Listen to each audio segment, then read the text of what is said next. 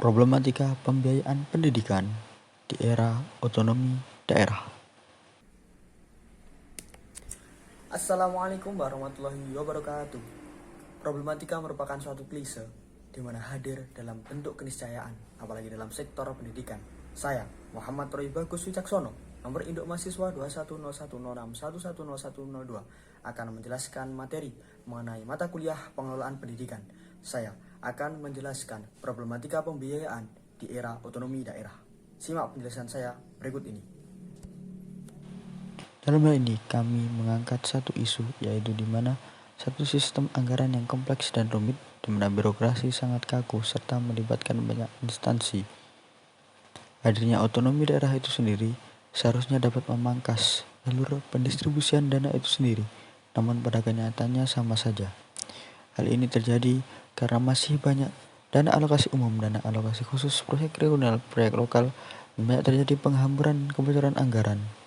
Di mana solusinya adalah dengan mengalokasikan dana yang dibagi menjadi beberapa kelas pembangunan atau pengembangan dan sejenisnya menjadi beberapa klaster terpilih, di mana pemerintah daerah itu sendiri memiliki berbagai macam wacana pembangunan yang nantinya akan diciptakan suatu klaster-klaster tersebut untuk adanya pengelolaan anggaran, di mana anggaran tersebut dapat tercover dengan bentuk-bentuk penghadiran pembangunan, pemberdayaan, maupun pengembangan pembiayaan di bidang pendidikan agar dapat alokasi dananya terangkum maksimal.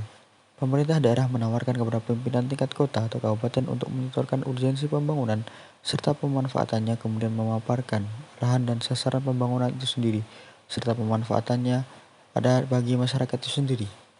Di mana dalam hal ini selanjutnya pemerintah daerah memfilter kembali bagaimana laporan bawahan atau pemerintah daerah dalam bentuk klasifikasi setiap kebutuhan pemerintah kota atau pemerintah kabupaten itu sendiri yang nantinya akan dilaksanakan serta diwujudkan pelaksanaannya dengan bentuk pengalokasian dana yang sesuai dan maksimal. Di mana dengan hal ini dapat menekankan anggaran terbuang dan anggaran yang bocor sehingga kestabilan dapat dimanfaatkan untuk pembiayaan pendidikan itu sendiri. Kemudian masalah yang kedua adalah birokrasi yang kompleks dan rumit serta melibatkan berbagai macam instansi dan hierarki yang sangat panjang sekali.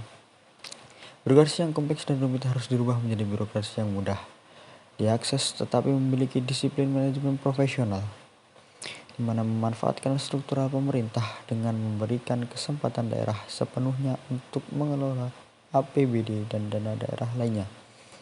Dalam hal ini, pemerintah harus lebih mudah penyaluran dana anggaran pendapatan dan belanja daerah itu sendiri, serta memberikan kepercayaan yang lebih sepenuhnya dengan memberikan evaluasi jangka panjang, tetapi tetap menerapkan sistem desentralisasi agar tidak terjadi kerumitan dalam anggaran itu sendiri.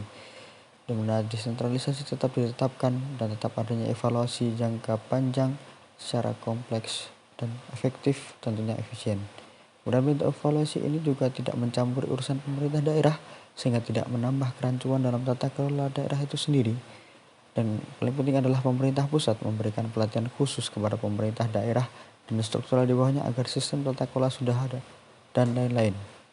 Kemudian yang ketiga, adanya suatu bentuk perbedaan kondisi masing-masing daerah yang memiliki iklim dan juga tata cara masing-masing, memiliki norma masing-masing yang harus diciptakan jajaran pemerintahan yang berintegritas profesional dan memiliki kualifikasi baik untuk mengelola masing-masing daerah itu sendiri sehingga memiliki kesesuaian antara kebutuhan yang dalam daerah itu sendiri dan bagaimana pengelolaannya, yang ini kuncinya melalui kepala-kepala pemerintahan itu sendiri, yakni dengan perekrutan warga pegawai pemerintah di tingkat pusat sesuai syarat dan ketentuan, kemudian mendistribusikan ke masing-masing daerah, di mana dalam perbedaan daerah ini koordinat sesuai yang mana perekrutan dilakukan oleh pemerintah pusat secara langsung serta dengan dasar-dasar tertentu yang dapat menyamakan pengelolaan pemerintah dan menormalisasikan anggaran sehingga alokasi dapat terjaga dan sesuai. Demikian tadi hasil paparan presentasi yang telah saya susun dengan rapi. Kembali lagi saya tegaskan, yang pertama, pemerintah harus memberikan kesempatan kepada pemerintah daerah itu sendiri untuk menentukan kualifikasi dan juga klaster di mana urgensi bentuk-bentuk pembangunan, pembinaan dan lain-lainnya agar tidak adanya bentuk kebocoran anggaran itu sendiri. Kemudian yang kedua adalah memanfaatkan sistem hierarki, di mana pemerintah harus memberikan kesempatan sebesar-besarnya untuk pemerintah daerah untuk mengelola APBD itu sendiri dengan tetap memberikan evaluasi jangka panjang agar tidak terdapat suatu bentuk perancuan. Kemudian yang ketiga adalah mengatasi perbedaan daerah yang ada di Indonesia ini. Bentuk rekrutmen kepala daerah itu sendiri harus memiliki grade dan tingkatan yang sama, yang nantinya akan menghasilkan kepala daerah yang memiliki integritas, profesional, bebas intervensi politik manapun, apalagi bebas praktik korupsi, kolusi, dan juga nepotisme, sehingga dapat menghasilkan suatu bentuk-bentuk pengelolaan dalam masing-masing daerah yang sesuai. Juga dalam pembiayaan ini dapat dimaksimalkan kepada suatu bentuk pendidikan. Semoga cita-cita yang telah diharapkan oleh bangsa Indonesia ini memiliki kunci pendidikan yang sukses dan juga berkualitas dapat tercapai. Terima kasih. Saya akhiri. Assalamualaikum warahmatullahi wabarakatuh.